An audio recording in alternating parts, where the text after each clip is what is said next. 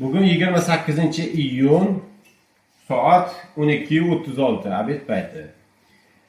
Xullas, Chilonzor 5-kvartalga psixbrigadaga chaqiruv tushyapti. Qo'shnilar ruhiy kasallik xatti-harakatlaridan shikoyat qilishib psixbrigadan chaqirishyapti. Psixbrigada bilan birgalikda profilaktika inspektorini chaqirishyapti.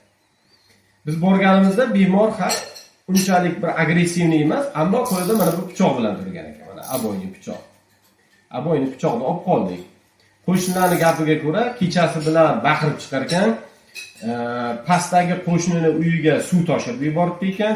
Chunki biz ko'rdik, santexnik kelib, santexnikani to'g'rilayotgan holatini va undan tashqari har yarim kechasi har bitta qo'shnini uyini taqillatib bezovta qilarkan. Keyin biz profilaktika inspektorini ancha vaqt kutib qoldik, to'g'risi. Profilaktika inspektori yetib kelgandan keyin biz aytdikki, bildirgi yozib bering, mana shu bemorning xatti-harakatlari haqida bizning so'zimizdan va qo'shnilar so'zidan desak, shifokorga qarab, psixbrigada shifokorga, siz uni qo'lidan pichoq olganligingizni borib tushuntirish xati qilib kabinetda yozib berasiz.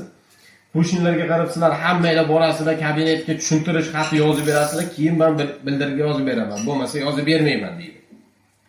Biz bu bilan profilaktika inspektorini obro'sizlantirmoqchi emasmiz. Lekin ichki ishlar tizimida ishlaydigan boshqaruv tizimidagi boshliqlarga biz bir iltimos qilmoqchimizki, agar sizdagi xodimlaringiz psixbrigadani ishi haqida tushunchaga ega bo'lmasa, bizlar bilan hamkorlikda ishlashingiz mumkin. Qanday hamkorlik? Biz o'sha ichki ishlar xodimlariga borib mini leksiyalar, ya'ni qanday kasalliklar gospitalizatsiyaga loyiq, qanday kasalliklar gospitalizatsiyaga loyiq emas, qaysi biriga gospitalizatsiyaga qarshi ko'rsatma haqida biz mini leksiyalar tashkillashtirib berishimiz mumkin.